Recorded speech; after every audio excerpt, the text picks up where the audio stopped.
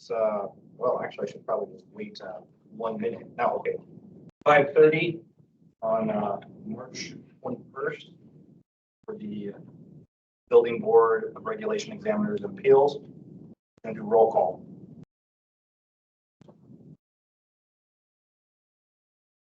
Mr. Pradine said he would be absent. Mr. Cowling, Present. Mr. McCann, Present. Mr. Soboleski, Present.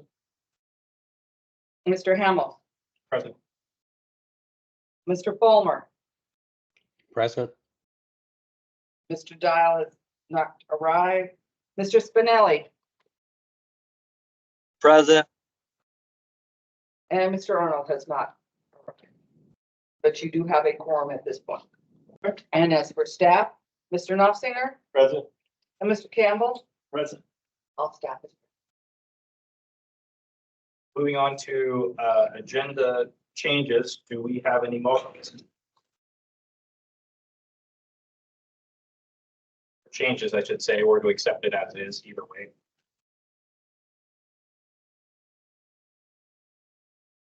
I'll make a motion to approve the agenda. Second. Agenda is approved. You have to vote. You have to vote? You just have a motion Okay, and a second. so then do I need to move to vote? Yes. Okay. I move to vote to accept the agenda. All in favor? Aye. Sound like anybody's opposed, so. No. Forward. We move on to new business. Minutes.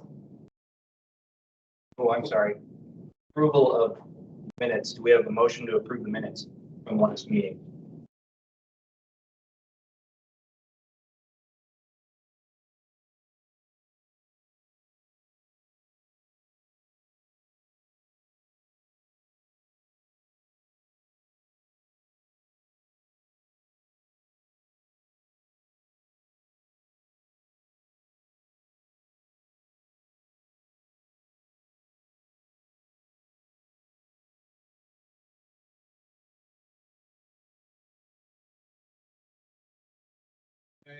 I will make a motion to approve the minutes.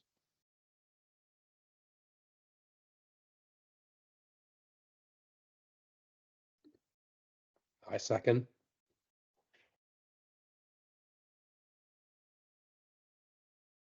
Move to approve the minutes. All in favor, say aye. Aye.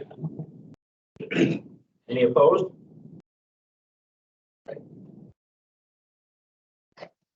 For the record, Mr. Dial has arrived.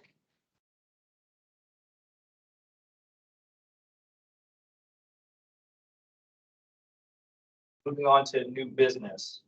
We need to move to have discussion about elections. So do I have a motion to discuss elections?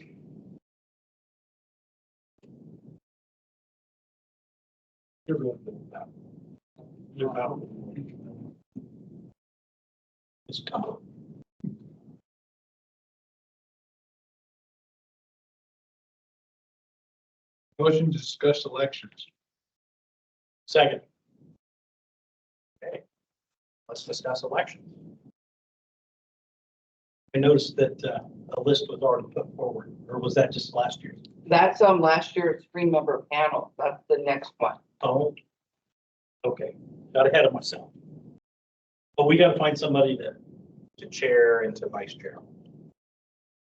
So,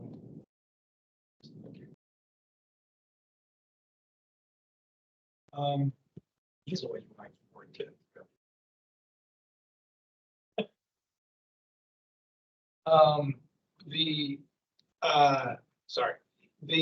what is, I see a lot of people missing this evening. Is there? What is this? And we haven't met for a year, so what is the status of the board? Like, who all is on it? All right, Mr. Kunder did not up his renewal to be on the board. So he is no longer on the board. Okay. So we are down to 10 board members. And they are looking for a plumber, and there are two other gentlemen who have applied. And they are looking to see, they're interviewing them to see if they want to continue on the board, to be on the board. So besides those present, we are missing Mr. Straight, Mr. Oh, Benoit. Mr. Straight is, he declined renewal too. Okay. Oh, okay. So all we have is Mr. Vanoy, Mr. Spinelli, you 4, 5, and Mr. Arnold. Oh, Mickey's So on. I want, Spinelli, Mr. Spinelli and Mr. Fulmer are online. And besides those, we're missing Mr. Benoit, we're missing Mr. Pretty. And He's the third. Dan said he was. Mr. Arkin. Yes.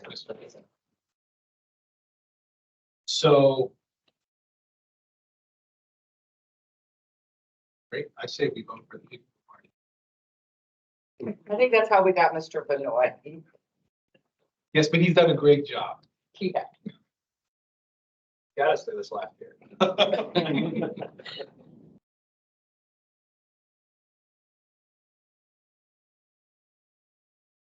And Mr. Hamels, you're the current vice chair? That's correct.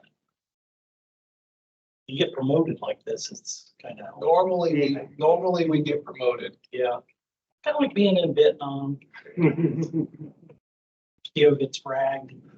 You're the next in line. That's just how it goes. Yeah. Okay. But what do you say I nominate Mr. Hamels for chair? And I'm liking you, vice chair. I love you. Oh, come on, I was already through this just recently. I know, but your experience. Second tour duty. Yeah. Well, we got some new ones. Well, there might be somebody who wants to do it, but I doubt it. But they're not here. That's what That's how much they want to do it. That's what I'm saying. Honestly, in the discussion, it does take a certain type of person. I'm too, Oh, here's Mr. Can you get that door for me? They haven't unlocked it. we have, Thank you. you're structural. Architectural. Architectural, okay, so we have architectural, we have a structural. Again. And we have several. Great. No, No, Mr. DeGray. Oh. I put down one now, Daniel Coleman. Oh. Yeah. Mr. Arnold has arrived for the record.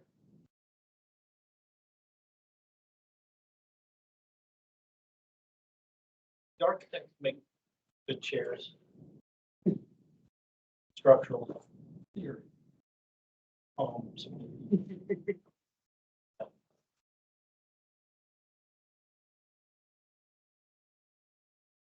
Do you have any nomination? We had one I nomination. made a nomination. We do need a second. We have a second on Mr. Hamel. you need a second? I'll second. Second. Yeah, go. Okay.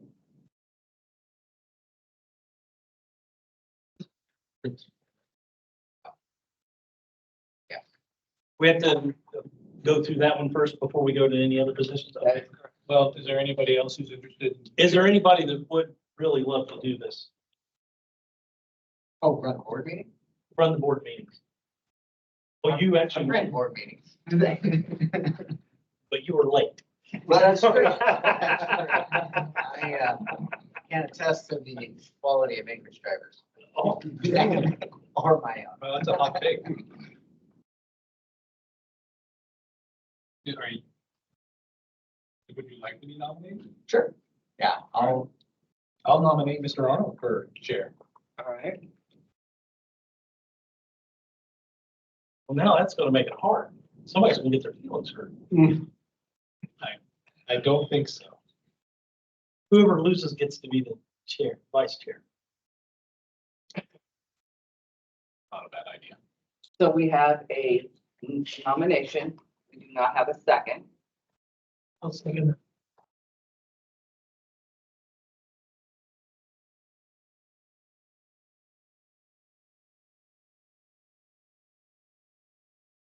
Mr. Chair, point of clarification. Who is the other nominations currently? Well, you were late, you missed it. I had nominated Mr. Hamels. Oh. Yeah. You missed that. Architects and structural engineers apparently do well. Are you structural? No, I'm an An architect? Okay, we got two architects. Okay, I'm a pretty good judge of architects. I don't know either one of them. Which is really disturbing since Eric and I work together in some way. Yeah. You're My on plenty of memory's- emails too. Okay. Who are you with? Room architects. Rip? All right. Then you are chairing, and you've been nominated. I will Run that. run that.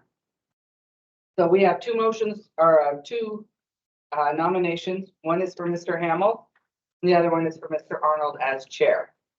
Right now, we will start with the first nomination of Mr. Hamel as chair. All in favor, say aye. Aye. Aye. Mr. Palmer, Mr. Spinelli, Aye. Aye.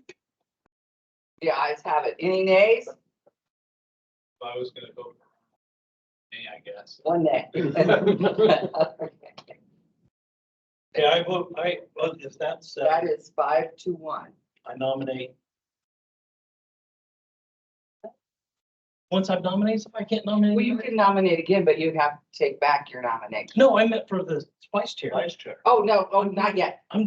We're getting there. Okay. That's why you can't have me being running this. He's done in 5 minutes. And do we wish to continue with the second, or are we good with the first nomination for chair? Good. I think we're good, because Yeah. otherwise we'll just confuse things. Both carried. Okay. Mr. Hamilton is now chair. He can now run the meeting and go for vice chair. Congratulations. It's official. Thank you, thank you.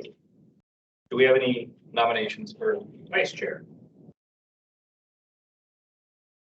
Arnold? Arnold? I accept. I nominate Arnold for vice chair. I will second. Is there anybody else that wants to run for vice chair?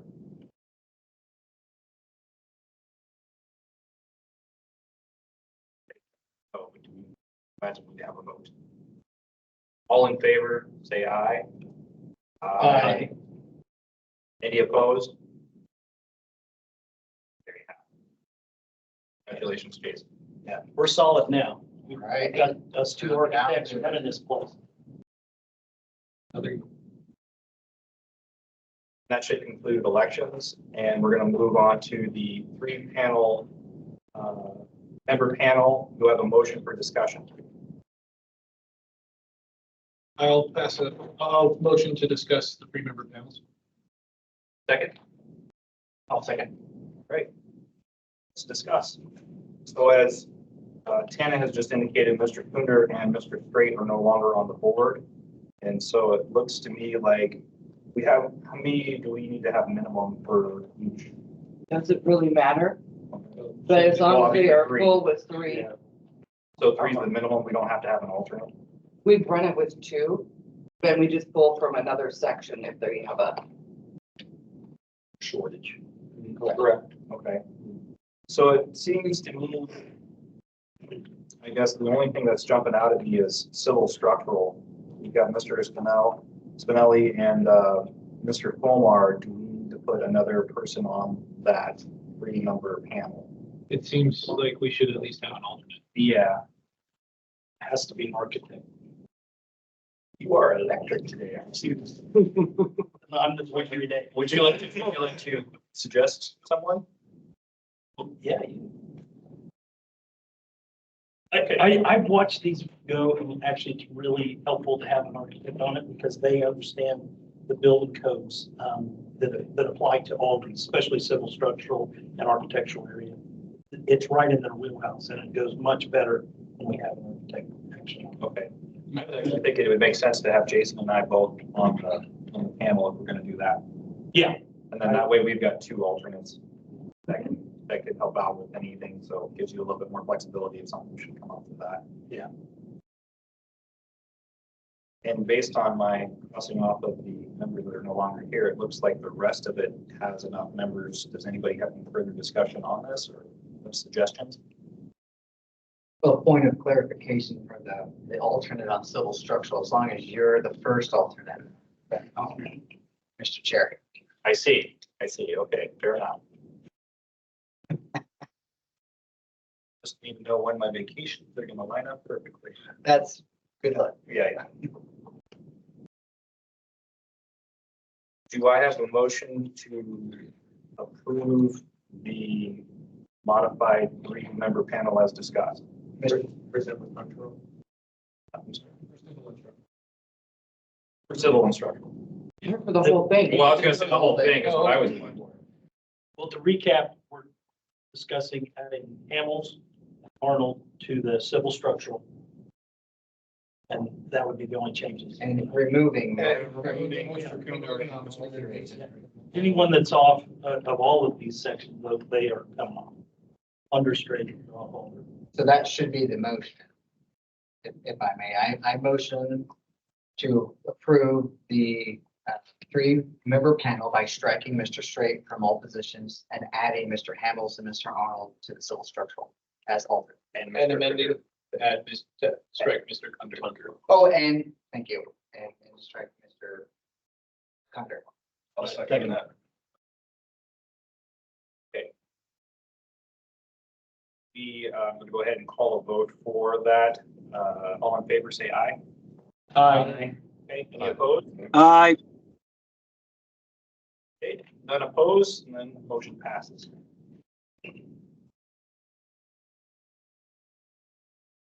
Let's move on to reports. Staff, and I don't have to move for that, I can just ask for report from staff, yes, correct. Okay, so obviously the biggest thing that we've been dealing with pretty unprecedented situation was the building collapses this winter and last winter. Myself, my three structural plan reviewers have been working closely with the private sector structural engineering firms. And we've learned a lot over these two winters with the building collapses and whatnot. And kind of long story short, what it's come down to is we've got this whole vintage of construction that was built in the 1970s and 1980s, kind of right around the pipeline boom, that has defective roof trusses. And we ended up, when things got really desperate, and we're just waiting for someone to get killed, because these things were just starting to go with every 6 inches of snow we got back in February. We basically took it upon ourselves to work with our IT department and our GIS guys to sit through the data that the municipality has, the municipal tax records, the property appraisal records and whatnot. And we were able to filter Anchorage's 87,000 buildings down into about 1,700 potential candidates. And once we got to those 1,700 buildings, we had to just physically look at each one of them in Google Earth and on the aerial imagery and whatnot. And we measured dimensions of them. We're looking for flat roofs because those were the things that were having the trouble. And we were able to get it down to around 1,200 buildings, at which point we sent letters, and this was in the media, so a lot of you guys are probably aware of this, to the 1,200 building owners. And we didn't get a very good response from that.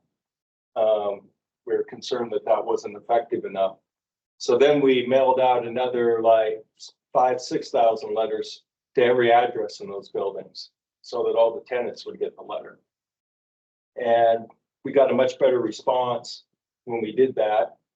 And the letter basically said, check out your roof structure. Pop your head above the ceiling, see what type of roof structure you have. If you have roof trusses, wood roof trusses with metal gang nail plates, we ask that you not occupy your building until you get the snow off the roof.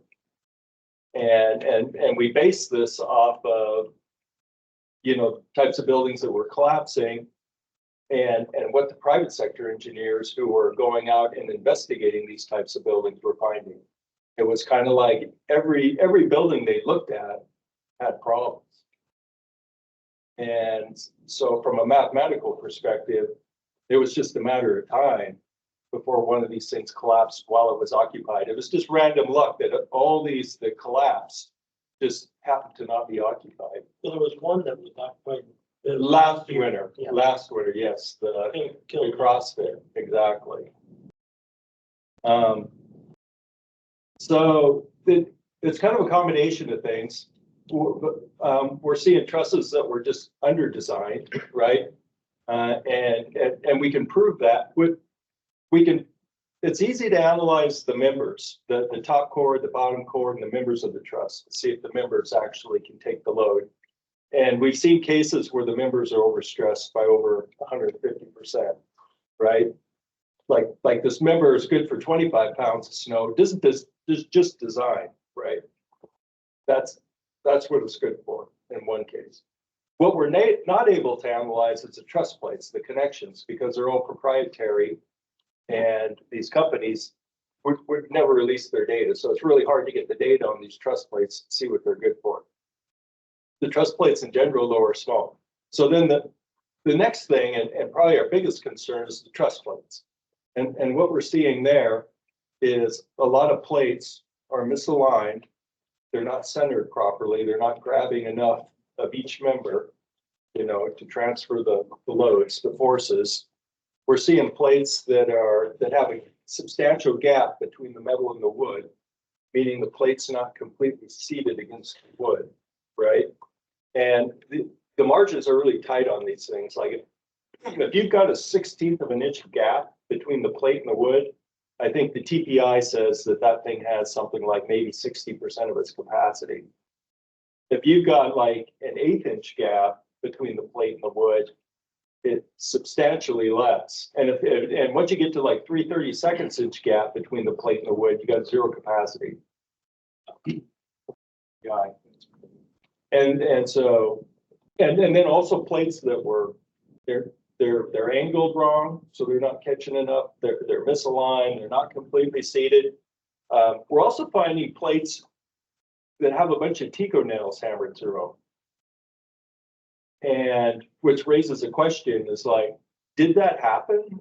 So when did that happen? When did someone go to the trouble to hammer like 5 to 10 Tico nails or staples through the plate? If it was just like 1 or 2 of them, you could argue, okay, they used that nail to hold the plate in place, when they sent it through the roller. But when you see a whole bunch of them, and so that makes us wonder that, okay, that it's probably a manufacturing issue, and maybe when the plate showed up out in the field, the framer builder was in a big hurry, and they're just like, what do we do with this? It's found a bunch of nails through it to hold the plate on and go. That's just speculation. So design problems. The plates were too small to begin with, in the sense that there wasn't enough margin there, right? In the positioning of the plate.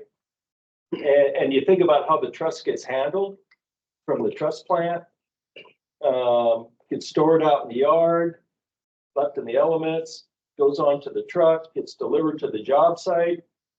When it gets dropped off at the job site, do they carefully pick it from the truck, or do they just tilt the bed and drop them on the ground, right?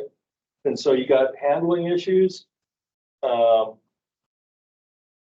anyway, bottom line short is, and then the response to the letters we sent out, we got about 10% response. We asked them, tell us, do you have parallel cord, plate connected wood trusses, or do you have other type of roof construction?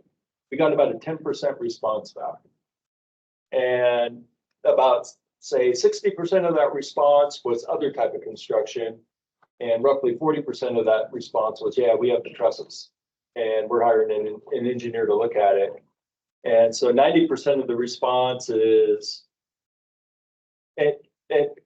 and one could speculate, right? And the logical speculation is that if you have these trusses and they're problematic, you probably don't want to talk about it.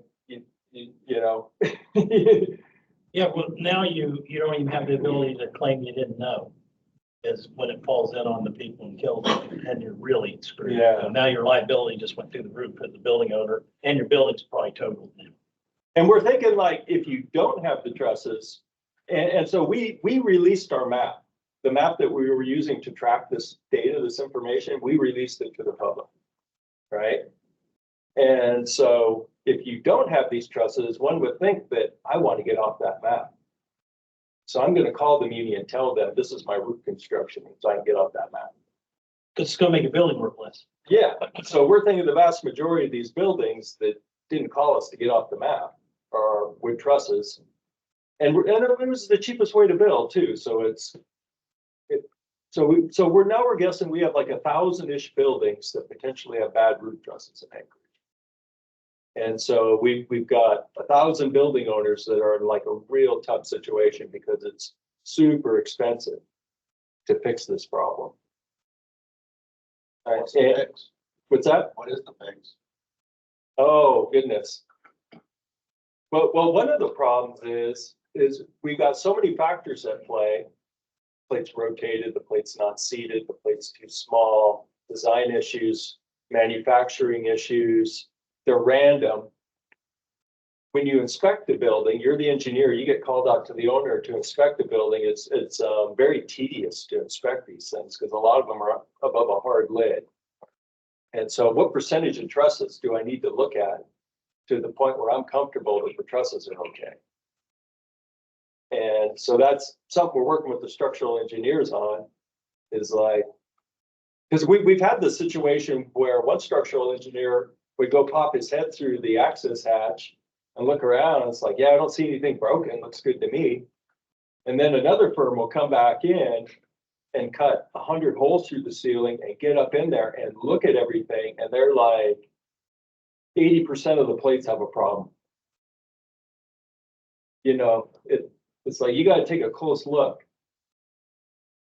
The kind of the easy fix, I would think, for the life safety is the mandate that they have to shovel the roof. And I know that's a tough sell because of the Yeah. cost. But compared to trying to do like a interior gut and putting plywood or whatever you want to sheathe every truss, which has its own problems in itself. We've got two buildings that are so bad that they're just gonna replace all the trusses. They're gonna rip the roof off and set all new trusses in. Not quite sure how many of them are gonna shake out like that. Wouldn't it be municipality to make it cost effective to these building owners is to actually do an engineer study on how many inches of snow? And then after that, they're required to show. And just because I can understand, I know the cost of trussing a property. Would that be, think about more of the whole building, because I know I would. I'd rather get some people up there and show. Well, so in the short, it's gonna take years probably to work through this problem. This isn't gonna get solved overnight. And so that is gonna be part of the solution. You know, we're not gonna base it on snow depth because the weight of snow can vary by an order of magnitude, a factor of 10. You know, yeah, like that first snowstorm we got back, not the first one, but that one really heavy snowstorm we got back there in November. That thing was about equivalent to 3 inches of water. And so in that one snowstorm, they damn near got to 20 pounds per square foot or whatever, you know, 16 pounds per square foot, one snowstorm. That was a really unusual weather event, but we can expect probably, you know, gonna happen more. Sad thing that in my industry anyways, is this town probably has more damage from shoveling the snow Oh, the roof Yes. membranes? than what, we would have from snow, cave-ins, right? I mean, it's Yeah. hospitals, everything's gonna be re-roofed now. They're just hammered. Especially when they're using metal tools. Oh, yeah. Yeah. Snowblowers. Native hospital needs to be re-roofed. It's, So that's a problem too with shoveling the roof, right? It's like, you gotta do it very carefully without doing damage. And And it was interesting how this cottage industry popped up overnight. We knew there wasn't resources in town to shovel 1,000 roofs. But it was pretty freaking amazing how many roof shoveling companies popped up out of the woodworks and were getting snow out. Yeah. But like you say, there's a lot of damage done as a Sounds all result of together, no doubt. Mhm. But that's better than a roof collapse. Oh, yeah, I won't argue that. Mhm. And then I'm just like for giving you information. I'm not asking anyone to just come up with a magic solution to this problem. These last couple of days, two guys were in town from the lower 48. One represented TPI, the Truss Plate Institute, and the other one represented SBCA, the Structural Building Components Association. And we had contacted them earlier in the winter and they just kind of blew us off. And then they're seeing the media reports on the roof collapses and then they're like, oh, there's something going on in Anchorage. And so they came up here to gather some information. And so, you know, we got their attention. They're going to be a resource to help us come up with solutions. There are solutions to repair these trusses, but they're certainly not ideal. They're problematic too, and they're expensive too. Because just the conditions you're working in, the space you're working in, whatnot.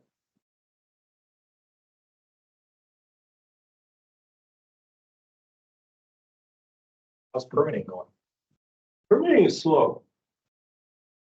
We're probably at 50% of last year. Oh, wow. Not sure if that's going to pick up or not. I'm not sure what you guys are seeing. I'm busy but I'm doing a lot of roof collapses, I think. Yeah. I'm on the list or something. We're busy. Mm-hmm. Then again, my work isn't all in Anchorage, it's kind of all over. Yeah. A lot of stuff going on in Willow up there. Yeah, it seems the design firms are busy. And then a couple other things to talk about. The Assembly passed a couple ordinances that affect Title 23. One is, we call it the 3-plex, 4-plex ordinance. And this is all the result of they're trying to spur more residential construction. They're trying to increase the number of dwelling units in Anchorage. And so the 3-plex, 4-plex ordinance was basically, they took 3-plexes and moved them out of the IBC commercial and moved them into the IRC residential. So now a 3-plex is going to get treated more like a duplex. The biggest thing of that change is you eliminate the requirement for a fire sprinkler system. And then the 4-plex one, 4-plexes stay in the IBC, but they reduce the fire sprinkler requirements from an NFPA 13R system to a residential 13D system. So a little bit of cost savings there, maybe, I don't know. And then they recently passed an ordinance, a plan review ordinance, where the residential plan review was expanded to include commercial plan review within limitations. And I apologize, I've got a lot going on lately. I should have sent the ordinances to Hannah so she could send them to the board. The plan review ordinance, you know, there's limitations on the types of buildings that are going to qualify for commercial plan review. Basically, I think any building over 4 stories would not qualify for a private sector plan review. So can you explain the ordinance one more time? So you're saying that, yeah, go ahead. Okay. So there was a provision in place where 1 and 2 family dwellings could go through private sector plan review versus the municipality of Anchorage plan review. And so basically those provisions were thrown out and a completely rewritten version was adopted. And the rewritten version, it's actually a better ordinance, but it's better written. It allows for, again, the 1 and 2 family dwellings, but it also allows for commercial buildings that are, for the most part, under 4 story or 4 stories or less in height, and that are not structural category 3 or 4 buildings, which would be like your essential facilities and your hospitals and your large assembly buildings. Those would be excluded too. Is the thought just to save time, save money, or both? I think the thought was more to save time. Because if you like really start looking close at it and you start doing the math on it, it probably really wouldn't make a sense to do private sector review on more than one discipline, right? Because you get a permit break, a slight break in the permit fee if you do private sector plan review. But the ordinance also included requirements for the municipality of Anchorage to track these and audit these.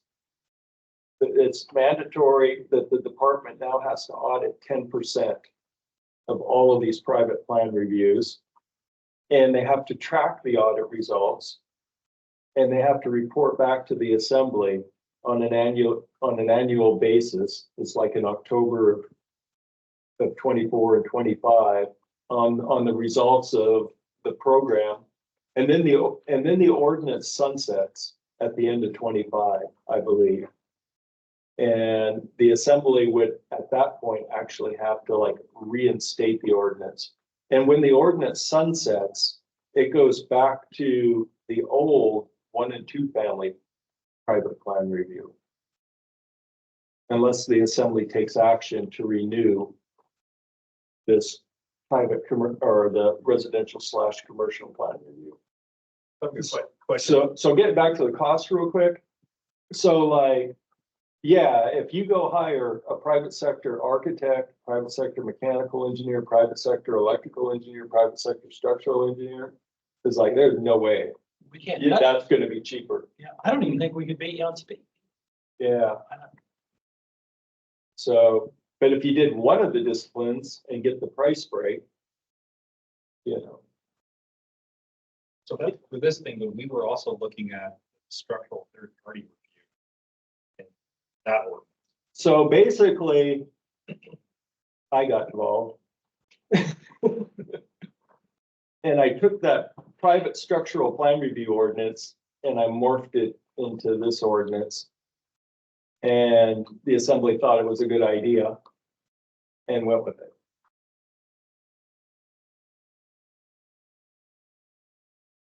What was the insurance requirement? I remember that. That was a big thing about saying that you had to have X amount of insurance. I was just curious. Yeah, so we deleted the insurance provisions. And the reason is the insurance, like, there's no provisions in building codes that you engineer or that you contractor have to carry insurance, right? That's not a code requirement. That's not a life safety requirement. That's a protect you requirement. Yeah, but that's a protect you requirement, right? So it's up to you as the designer, the reviewer, the builder to carry insurance and what type of insurance and the level of insurance. So we took it out because that's not a code issue. The language still is in there regarding the release of the municipality of Anchorage from liability. You gotta, there's a canned letter that you gotta sign to release the MOA of liability. That's to cover the liability aspect of it. And we'll send you tomorrow or whatever. We'll email you copies of these ordinances. If you have any questions about them, just call me or email me.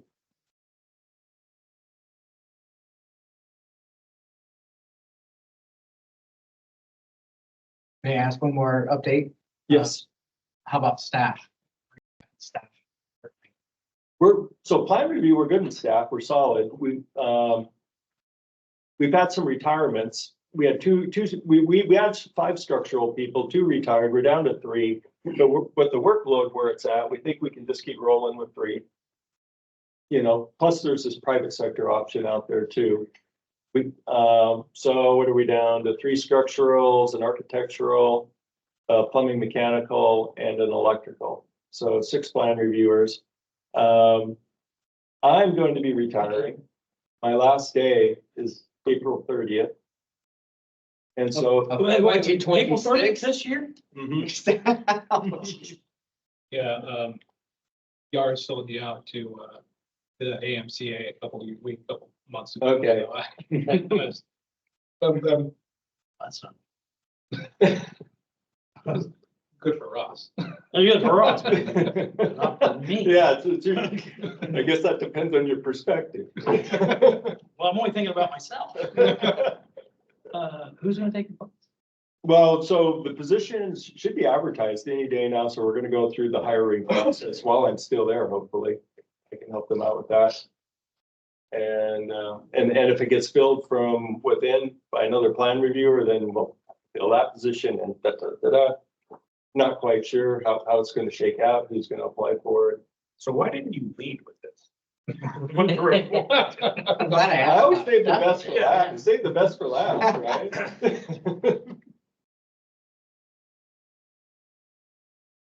Are you still the acting billing official? In my opinion, yes, I am. No, I am. I'm the acting building official right now. Mhm.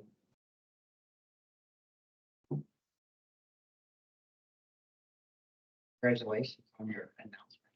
Yep, thank you.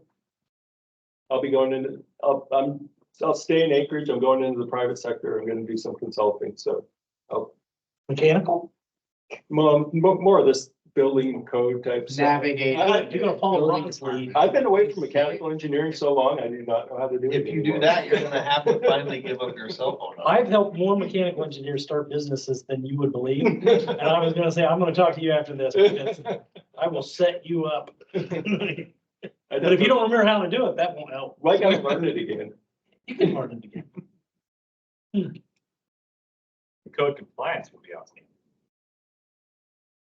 There is Ron Thompson has obviously found a niche, and he's doing very well on helping people get permits and Mhm. ramrod things around whatever he does for people.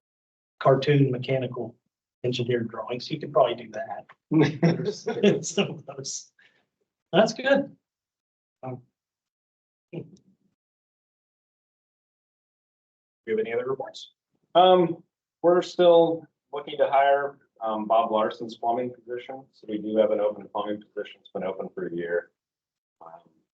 Apparently the funding's been there. We've asked to go ahead and hire. Nobody seems to know why we can't. So, yeah. I'm pushing that. I'm gonna go ahead and just do it and ask for forgiveness later. So we're gonna try to get that position filled here as soon as we can, so we get somebody trained up and additional person. We did have leftovers quite a bit. The end of the year, this in 23 and beginning of this year because of bereavement leave and different things that are unscheduled, things that happen. We are looking right now to replace Infor with something that's actually a little more user friendly and up to date. So we've been cycling through some different permitting software companies and trying to get a feel of what we can afford and what would be better useful for the community. That's the permit tracking software. Yeah, handsome. Yeah, Hanson Infor, same thing, yeah. So, I mean, it was a big glaring thing for me when I first started that how inadequate this thing was. So the goal would be to get something that the public can do all of their permitting online, and it's much more user friendly interface. So going through those processes right now, and hopefully by the end of the summer, we can have one selected and process. So kind of the two big things we're working on right now. Yeah, there's some potential big wins. If we get some new software to help the inspectors out so that they'll be much more efficient. In terms of, when they're in the field and they're writing their comments and getting their comments to load in the ether and be readily available to the contractor. They're right now, they're doing workarounds and duplicated processes and whatnot. It's very inefficient. And it also goes back to, it affects permit count. And then that communication, it enforces a disaster and it needs to go away. And it doesn't work and it never will. And the Rhythm for Civics that we had paid for to give the public a portal to the system so where they could do more online does not work, doesn't function, and it won't. So we need to find something that's better. So that's what we're doing. You guys gonna be able to tie in your change order mechanism software? It's all kind of, Oh, yeah, it would address all that. It'd be much more user friendly for all of you and all of the contractors now, and anybody who wants to pull. And then also, I think, streamline the process because now you don't have 3 different groups of individuals that are trying to that each have their workarounds and all trying to communicate that for, random permits that have issues. And so that time that's consumed with trying to figure out those little tiny things just gets overwhelming and it causes permit counter back up. So, Plus, software's come a long ways in the last 10 years. That's almost like an era change, We went to the cloud virtually 100% for everything. And did Hanson start 10 years ago? Yeah, 2011 was when we went live with Hanson. Yeah, so that's definitely the previous generation of technology. It was a problem on gate. Right off the bat. And we did have the funding. They ran out of people that were supposed to teach us how to do it. They we ran out of the city, municipality ran out of funding for them. And they came in trying to teach everybody and it just never did take to it has, I will say, N4 has some things that function quite well. But Yeah, I hadn't noted, from my point of view, it seems like it works great. I didn't even know there was any of this was going on, so. Yeah, well, the public never interacts with it, really. Yeah, That portal is like a separate standalone portal that you get into. And I get in and see my comments. It'd be nice if I could respond to the comments. Yeah, exactly. and what's the goal of the new software? So are you guys discussing with the other municipalities on their experiences? Have you thought about that? Not quite yet. We're working with 2 different vendors right now, Clarity and OpenGov. And, but yeah, we'll be checking in on other jurisdictions. I've checked out a couple. Yeah, I'm hitting some jobs in California and that some of them are very advanced and our system seems to be, pretty impressive, I guess. And then some of them are, probably behind where we were 10 years ago. It's all over the map, but there's probably somebody out there that could give us some advice. There's several, but we just want to make sure that we're not jumping into the next hit. Right, that's what I mean. If you get to go talk to a municipality that's went through that process and they love it, then that's a really good sign that you're not barking up the wrong tree. But you're starting with the vendors, gonna pick some and then go talk to who they've sold it to. That sounds reasonable.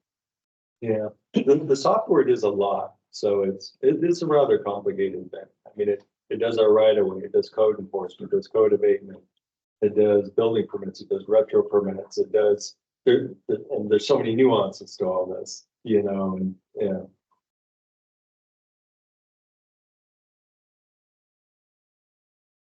So when we do find the good permanent software, well, which would be the next hurdle. Yeah, That sounds But problematic. I think we'll be able to quantify the negative impacts of it for compared to the positives that we're with the new software and that itself. one potential option is to bring in like the planning department and then the fire department's routine fire inspections and you bring maybe your health department and these other players to help pay for it, like the economy of scale type of situation. But anyway, this is some of the stuff we're looking at. What else is going on? Not much going on right now. Another venue for. And all the roofs collapsing. Yeah. It's It's a pretty nightmare. Has there been any thought about the next code cycle? Oh, I'm glad you brought that up. I knew I was missing something. Yes, we're gonna be kicking off the 2024 code cycle here. I'm doing the code cycle through the summer. Do you think that's crazy? Or is it kind of like, it's not like it was 5-10 years ago when we were just too crazy to even think about something like that? Well, I like to do things other than work during the summer. Well, it would be like one meeting a week, but then there's kind of like homework too, so it's, I And mean, let's see, last time we did it, we started in either at the very end of October or in November.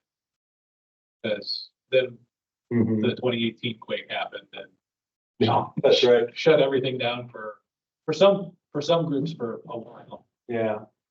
Yeah, no, in the past, ideally, that's what we, get started late summer, early fall, so we could all, do it through the slow time. And we can do it that way, if you guys think this, like, no, we shouldn't take this on during the spring and summer, we should hold off to the end of the summer and work it through the winter, that would be good input for us to know. I definitely agree with that, and judging from on the electrical side, whenever we try to have our meetings, I have nothing else in my life, but it doesn't bother me. I just like to work, but a lot of them apparently like to hunt and do stuff. Yeah. I don't do that, so I think the winter is probably definitely. That would be my vote too. I've been through it once and the time that we did it seemed to work. Aside from the earthquake, and other than that. Yeah. It is fairly demanding. So for the new members, you would be a chair of a committee. Well, not everybody. With only 10 members, We- maybe. Well, yeah. Yeah. But how many committees are there? So there's IBC, IEBC structural, IBC, IEBC non-structural, mechanical code and the fuel gas code, plumbing code, the electrical code's done. The fire code, that's 5 committees, and then the energy code.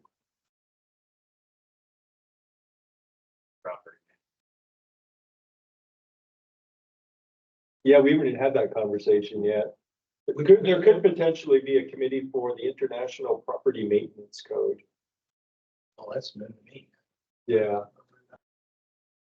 That would help these guys out dealing with these slumlords and rundown structures, vacant and abandoned buildings and whatnot. Yeah. I don't know, so does the assembly have to pass? Which is kind of why we need to adopt it. Eventually, we would propose it, right? The administration would say, we're proposing to adopt this new code. And we've reviewed it, here are the local amendments to it. And then the assembly would make the decision whether to adopt it. You think that they would be open to that, considering the housing thing that they've got going on? I kind of think they would, Pro development. because we really have a problem with poor quality housing, not just a problem with enough housing, but there's just a lot of like buildings out there that are just rotting that aren't being properly taken care of. Yeah, they're not even trying. Yeah, Mhm. I've been experiencing that. And it's more frequent houses, more people. So you have that. When those buildings do become.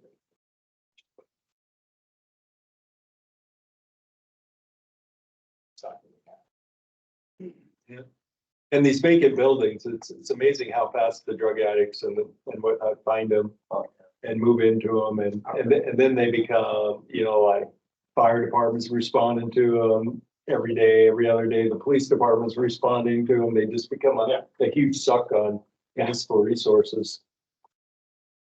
Crazy amount of money is going into the same problem.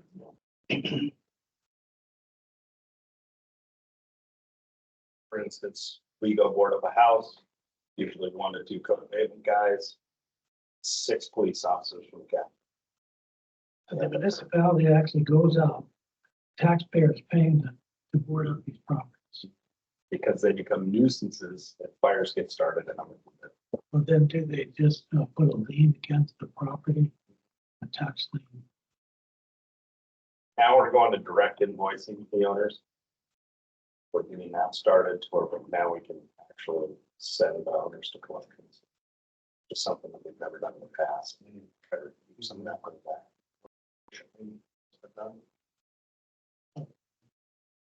We typically try to work with the owners to get that work done themselves. Our problem child is out of the banks. They usually do all this work through some sort of preservation company. Most of the time, these preservation companies are located in the lower 48. They have people all over the place, and then they hire somebody up here. So it's a process to actually get to the person who's going to do the work. In this place, there's a large communication gap there. And it just, we show up those to board up a house, and for instance, last week, it happened, the contractor that the preservation company hired was 30 minutes late. Got 7 municipal employees. It's a half an hour worth of time we're sitting there waiting. And we're about to pull the trigger and leave, and then the contractor that they hired finally shows up. Boy, they know it's good for week. Well, we have to clear the house, make sure nobody's in it before we board it up. So these V&As, these rundown buildings, I would love to be able to quantify the actual labor hours that were involved in each one. Because I think everybody saw that figure, they would probably, they'd be much more of an issue than that. So is that a code that you're looking at including this time around? Or still journeys out? Yeah, we need to really speak with the municipal manager and get it approved through the administration. That would be the next step for us. If the administration agrees that, okay, we're gonna propose to adopt this code, then we kick off the process. Yeah, I might get a little into some muddy water there, because right now the banks can't even foreclose on these things, right? If there's a lien on the building, the banks can't foreclose. These random slumlords just aren't even paying the notes, right? With that federal COVID, I don't even know the name of that rule they put out where banks can't foreclose on the building and you can't kick out tenants. Like, that's all still in play. It is. Oh, yeah. Yeah.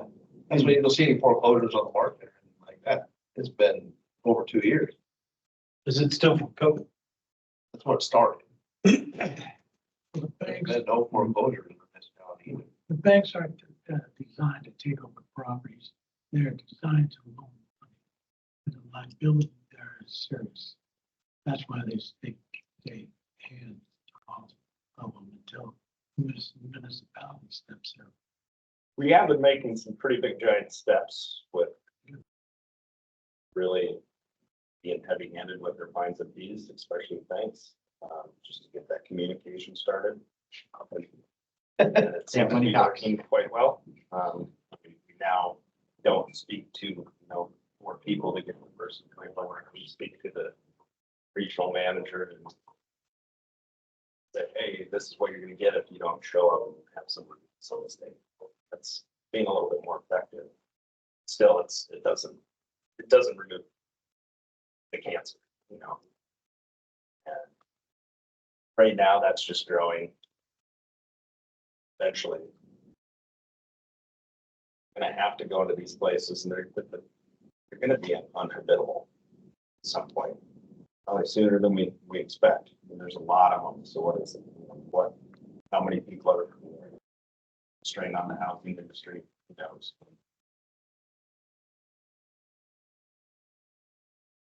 It's definitely time consuming and expensive.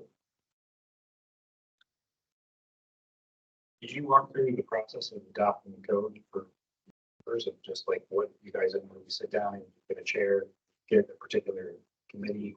You just go chapter by chapter, and everybody has comments on it, discuss it.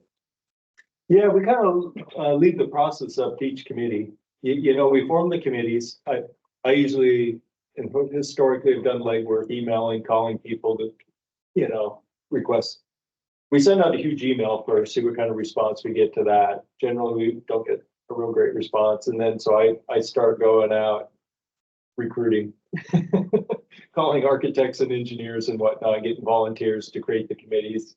We like to get at least 10 people on a committee, whatnot. The various committees kind of set up their own process as to how they're going to go through the code. They usually go through chapter by chapter. They usually assign 1 or 2 people to kind of review the chapter and present the significant changes to the group. And they discuss the chapter and move on. And it seems like it usually takes around 6 months for that process to work itself through. They also typically evaluate the current amendments, just to review and propose any new ones that we feel need to be done. Yeah, It's usually done on an environmental basis. We're not trying to reinvent the wheel, so. Maybe like necessarily an environmental. Thing. So like anything that we feel would be unique to. For Alaska. To Alaska. To the municipality. Yeah, that's kind of the idea is that we only want to amend the code for something unique to Anchorage that needs to be addressed, the code doesn't address. Or maybe the code's onerous on it and it's not that applicable to Anchorage, or, you know, whatever. Who department will take on the snow storage? Our experience. Well, the planning department is who you get snow disposal sites approved through. Yeah, you gotta go through the planning department to get approval for a snow disposal site. So they do a study for the runoff. Oh, yeah, they have their, yeah, exactly. That can be some nasty runoff from that stuff. And it's full of garbage too, by the time it all melts out and.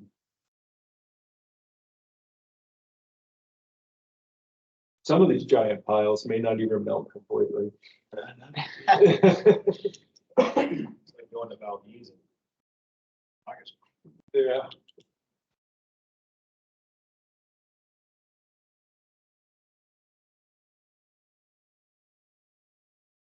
Any reports that we want to discuss? Just. We have to mention Oh, the GAC? the GAC sent me this today.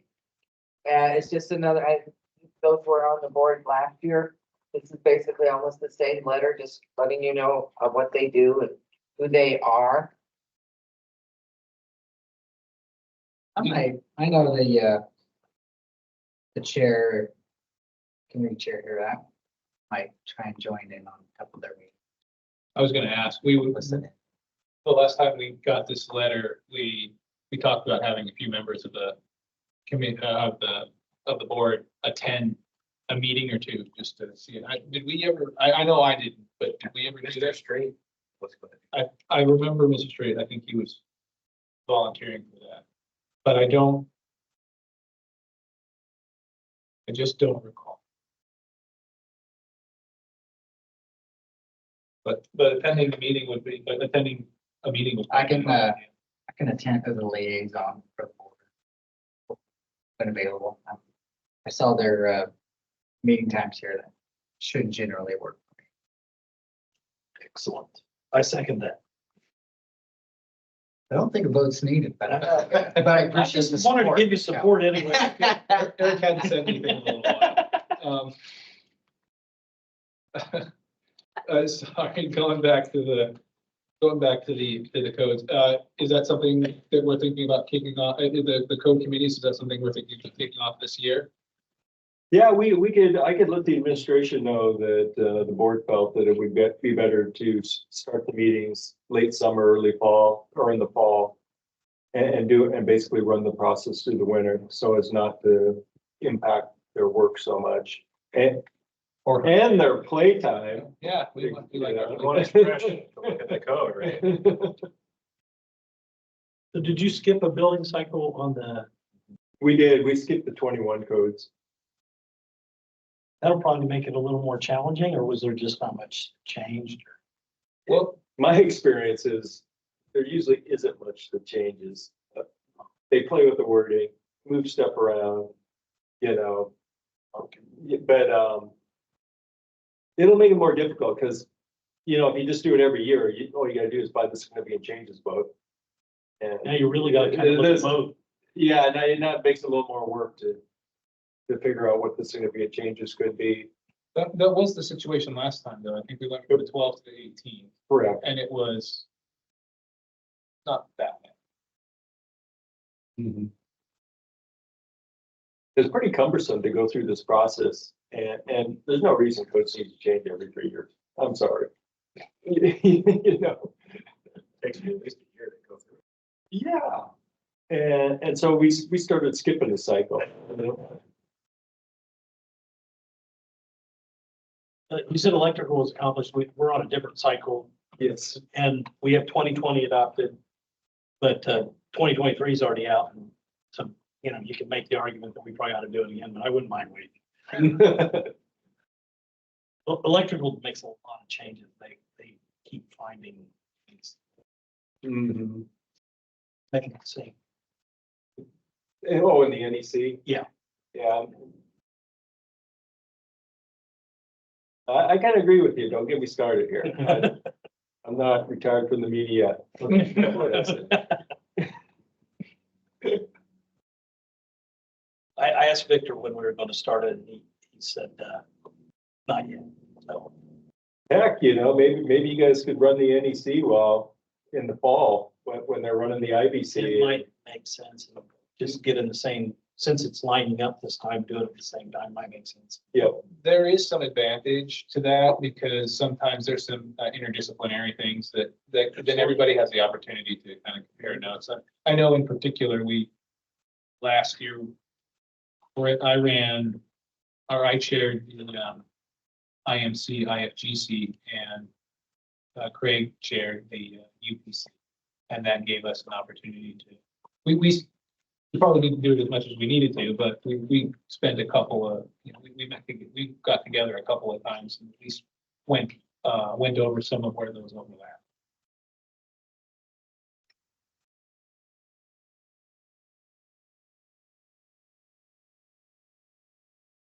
Anything else for reports? That's it. I probably should mention this because it's gonna come up depending on the possibility of a new mayor.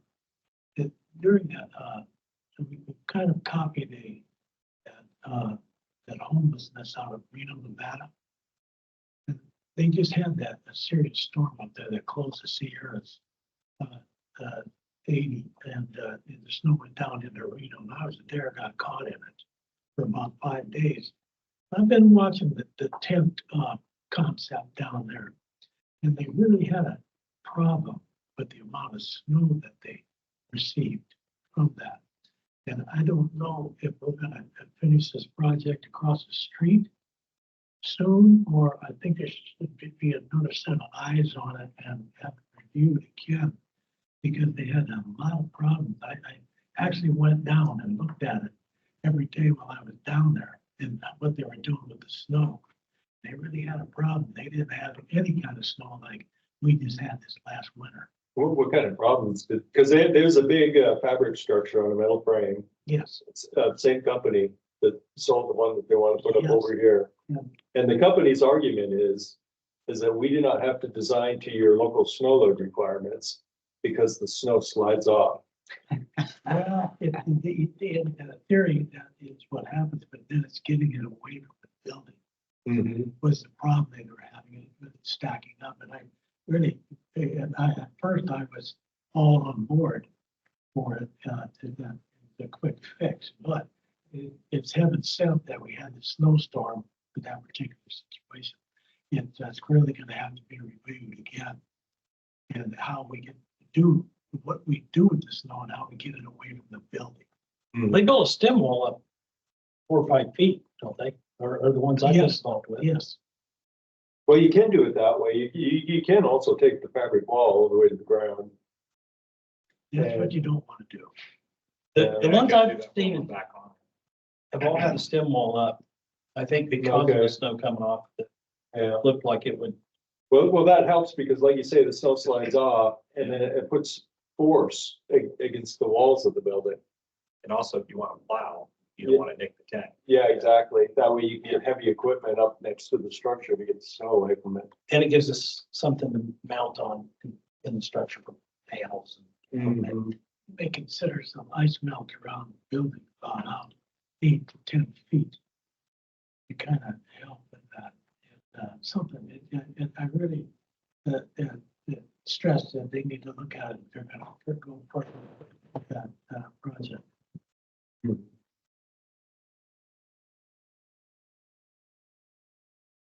Well, I think we already kind of got into it, but we're gonna go over to board member comments. Do I need to move for that? No. No. Anybody have anything they'd like to say?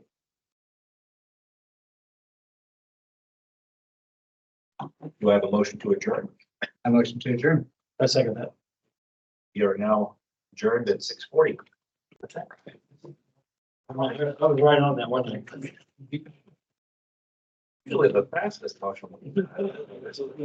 Meetings.